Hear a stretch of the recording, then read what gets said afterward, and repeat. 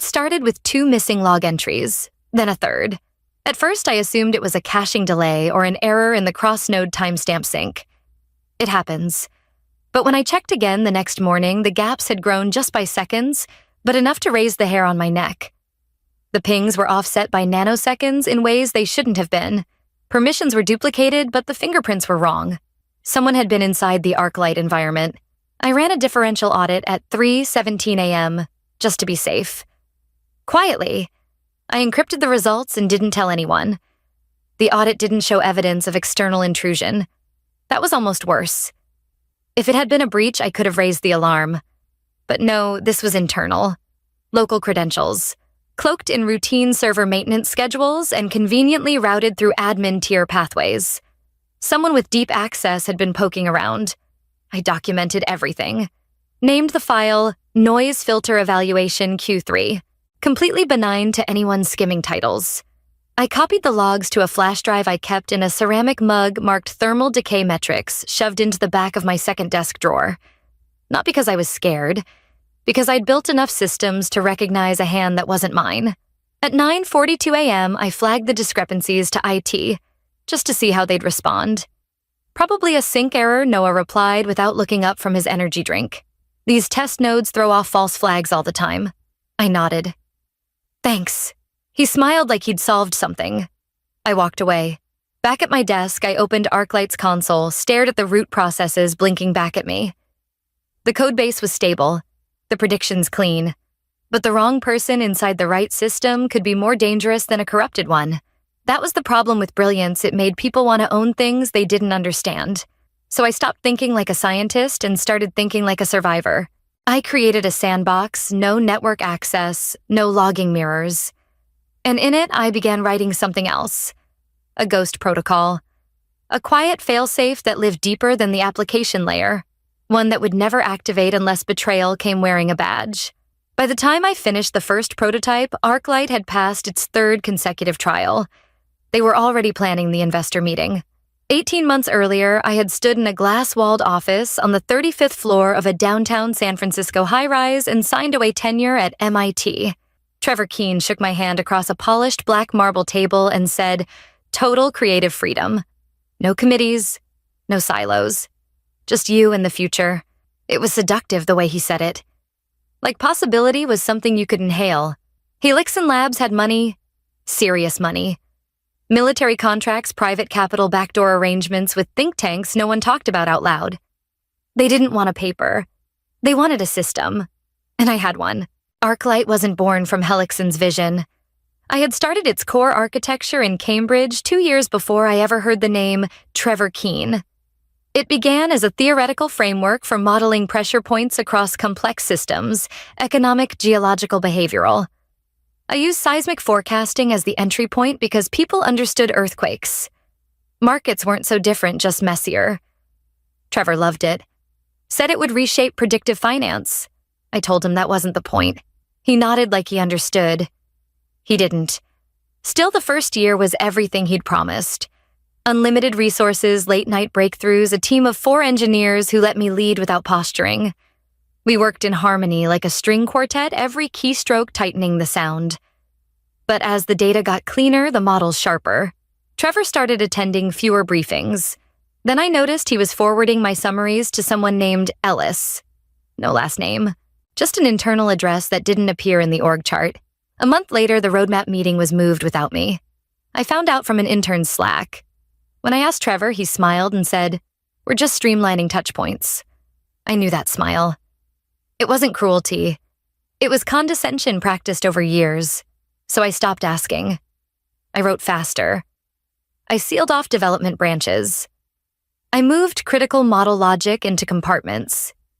Even admin access couldn't touch. Let them plan their meetings. I had already begun planning something else.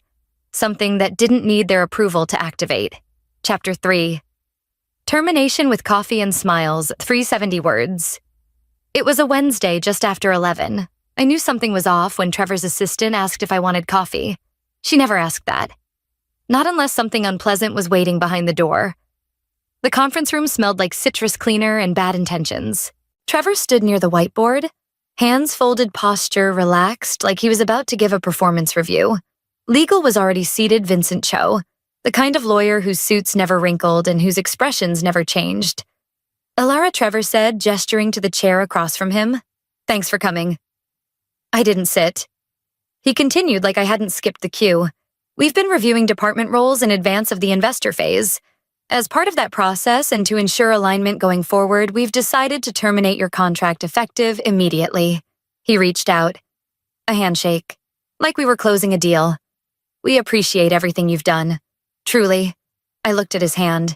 Then at Vincent, who was already sliding a folder across the table with practiced indifference.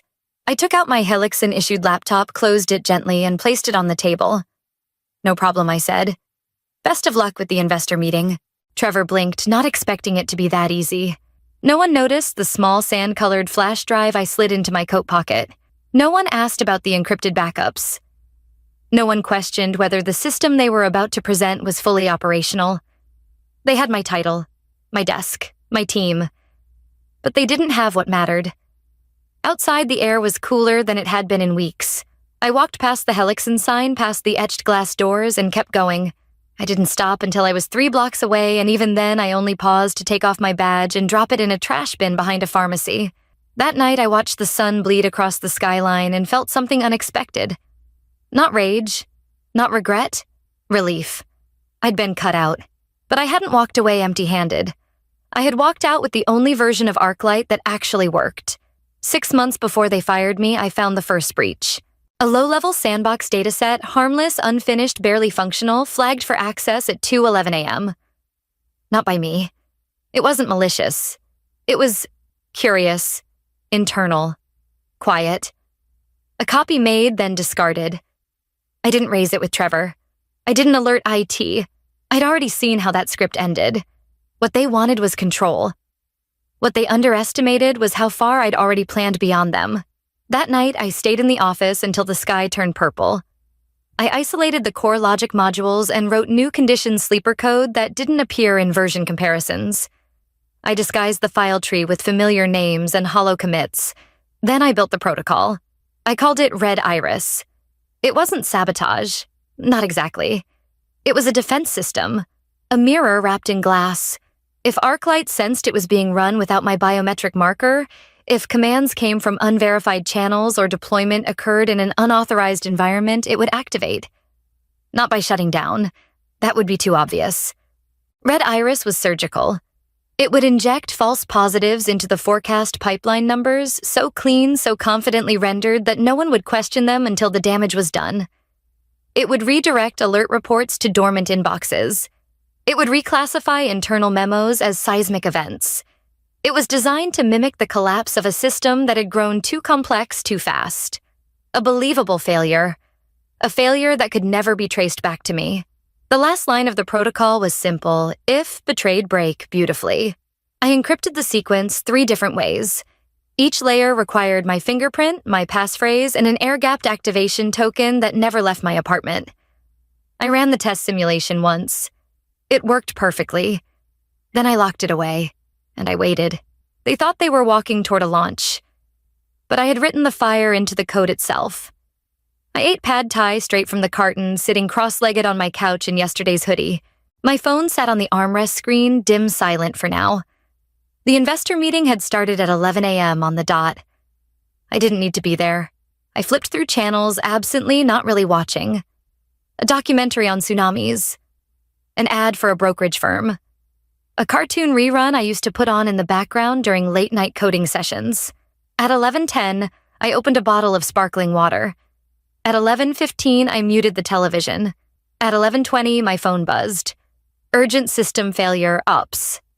The sender was tagged internal, same infrastructure, no encryption, just panic. I unlocked the phone. More messages followed ArcLight down. Multiple dashboards corrupted. Predicting a magnitude 6.2 in Columbus, Ohio. There were no tectonic plates under Ohio. I set the phone aside and took another bite. Still warm. The Red Iris protocol wasn't designed to destroy the system. That would have been too easy, too obvious. It was built to discredit it slowly, surgically. Let it say too much, too confidently. Let it speak nonsense in fluent grammar. Somewhere, a hedge fund analyst was watching their feed collapse in real time. Somewhere else, a Department of Defense rep was emailing someone with the subject line, "What is this?"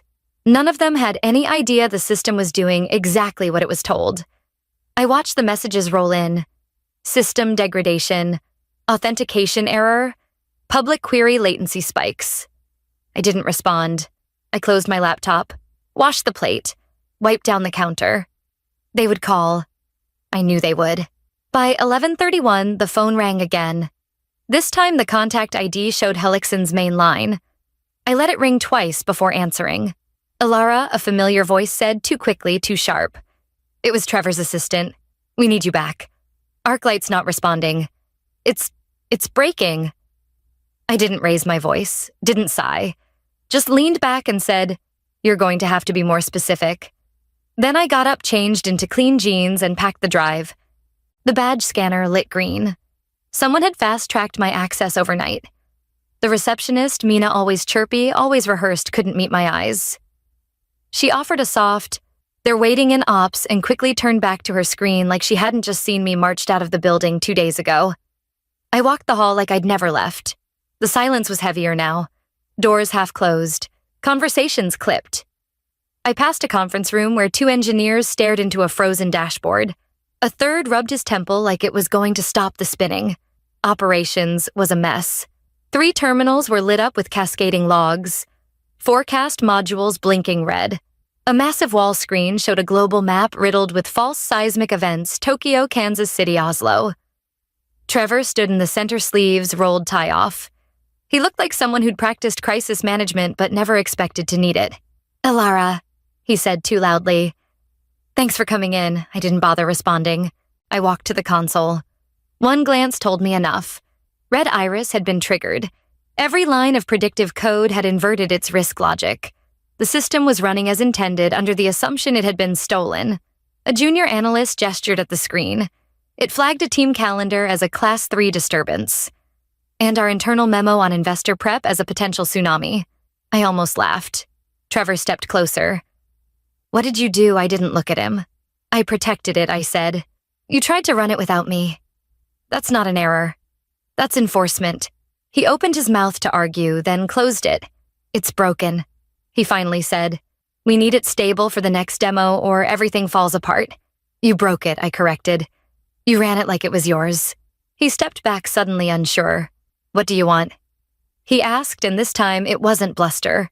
It was a man realizing the room wasn't listening to him anymore. I stared at the map at a blinking alert marked internal ethical breach. "I'll tell you," I said. "But not here." The conference room smelled different now. Not like citrus polish or curated power. It smelled like nerves.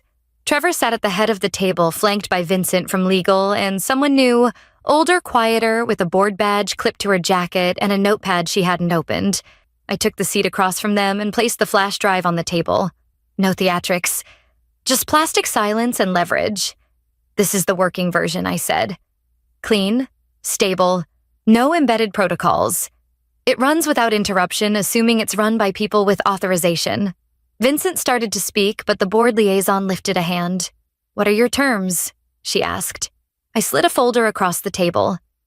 Printed, numbered, bound, 50% intellectual property rights, public co-founder designation on all external materials, and $12 million in retroactive compensation benchmarked to project inception. Trevor made a sound somewhere between a cough and a laugh. Vincent frowned. No, I said. "That's cheap." They looked at each other, calculating. The board liaison narrowed her eyes. I leaned back in my chair. "You spent 18 months watching me build something no one thought possible. The moment it worked, you tried to erase me. Now you're sitting on a broken system, a tanked investor event, and a public demonstration that's about to implode unless you fix it. This isn't a negotiation. This is a rescue." Trevor finally spoke. "And if we say no," I tapped the flash drive once gently. "Then your flagship dies. Your investors walk, and I take my system to someone who doesn't need to be tricked into keeping promises. And this time I file the IP paperwork myself." The board liaison glanced at the others, then picked up the folder. No more arguments. Trevor didn't speak again. Not right away. I stood slow and calm. When you're ready to move forward, I said, call me. I left the flash drive on the table. Let them sit with it. Let them realize that the price of underestimating me had just compounded. The lights dimmed and the room went quiet. A hum of anticipation hung in the air, thick with capital and caffeine. Every seat in the investor auditorium was full venture firms, foreign fund delegates, 2 suits from the Department of Defense. Trevor stood just off stage, his expression unreadable. I didn't look at him. I stepped to the podium, adjusted the mic once, and pulled up the presentation on my tablet. Thank you for being here, I said, voice even. What you're about to see isn't a simulation. It's real-time multi-source market and seismic behavior prediction. No filter, no delay. The screen behind me came to life. ArcLight's dashboard spread across the wall, clean interface color-coded signals, global heat maps pulsing gently. I initiated the pull from live data. The system processed for 4 seconds. Then, green. Everywhere. A small alert blinked in the lower right market fluctuation forecast, Southeast Agricultural Index deviation of 0.38% horizon 9 minutes. 3 people in the second row checked their phones. One investor mouthed something to the woman beside him. She smiled. I tapped to confirm. This fluctuation will appear on Bloomberg's feed within the hour. We're ahead of it by 7 minutes. Silence first. Then whispers. Then a rising wave of phones pulled out messages sent. One of the DoD reps leaned forward, murmured something to the other. They both nodded. This is what happens. I continued when a system is built to listen before it reacts, and when its creator is allowed to protect its design. I let that settle. I didn't smile. I didn't need to. Behind me, ArcLight blinked again, another minor shift detected in East Asia. This one too small to flag anywhere else. I walked them through the logic tree, the signal verification. My voice didn't change. My hands didn't shake. It wasn't a pitch. It was proof. Trevor didn't speak. He didn't need to. Every glance, every tightened jaw, every nod from the front row said what he never could she won. The applause didn't come all at once. It built like recognition does, slowly, then all at once. And the next morning, the calls began. Backstage, after the lights faded and the last applause dissolved into hallway chatter. Trevor found me leaning against the side wall, arms crossed. He looked like he hadn't slept. He probably hadn't. Did you always plan this? He asked, voice lower than usual. I didn't answer right away. I wanted the weight of the question to hang there a little longer. No, I said finally, but I knew you'd force my hand. He nodded once like he believed it, or like he knew it had been true for weeks and just hadn't admitted it until now. We didn't speak for a while. Just the sound of people packing up in the distance. Folding chairs, distant murmurs. In a small private conference room 2 floors up, Vincent was already waiting with the updated filings. IP amendments, co-founder designation, equity adjustments. The $12 million compensation package had been wired hours earlier. No one asked for a renegotiation. No one blinked. I signed the last page without ceremony. Trevor's signature was already there. Tight, mechanical, like he'd pressed the pen too hard. They changed the plaque on the lab door before noon. Voskeen Research Division. I didn't ask for the hyphen. I didn't fight it either. It was cosmetic. What mattered had already shifted. Back in my office, the same one they had once locked me out of the screens, were untouched. The system untouched. No one had dared poke it without my hand guiding the way. I sat down. The chair still knew the shape of me. There were no victory toasts, no interviews, just quiet emails and new access credentials. I received an internal memo later that afternoon. Board had approved a second ArcLight facility, this one in DC. I scanned the attachment, closed it, and let the silence take its space. Outside my window, the bay shimmered under thin cloud. People still walked their dogs. Cars moved like always. Trevor passed my office once. Paused. Didn't come in. We both knew there wasn't anything left to explain. That night, I packed a go bag. The Jakarta team had just requested on-site support. The ballroom at the Ritz buzzed with ambition. Founders, analysts, policy officials, and too many cameras. Seismic Echo's IPO had just gone live. The valuation cleared $9 billion before the second bell rang. I watched it tick up on the screens outside the keynote hall like it was someone else's story. Trevor sat in the third row beside a senator's aide. He didn't speak when I passed him backstage, just offered a tight nod.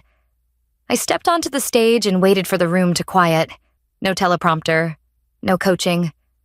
Just the mic, the lights, and a system that had once been one line of code in a cluttered notebook. When Seismic Echo was first pitched, most said it couldn't work, I said.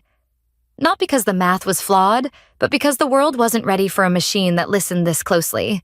Behind me, a screen cycled through a time-lapse Jakarta, Istanbul, Lima. Moments where early warnings had meant early evacuations. Some say we built a breakthrough, I continued. But the truth is, we built a boundary. Because it wasn't firewalls that saved the system. It was foresight. Red Iris wasn't a side note anymore. It had been folded into every deployment. Each copy of Seismic Echo now carried a private authentication layer only I could trigger. No patch could override it. No executive could bypass it. Every update required my biometric scan and two-part physical verification. I never said it in interviews, but I didn't build that protocol for outsiders. I built it for the ones who walked the same hallways, the ones who smiled while calculating margins. As I finished, the applause came slow, then steady. I stepped off the stage without lingering. Back in the green room, I received a ping on my phone. Seismic Echo had issued a new detection alert. Minor activity. Coastal Taiwan. Low risk. It had caught the signal 10 minutes ahead of every other system. I opened the secure console, confirmed the match, and signed the verification with my scan.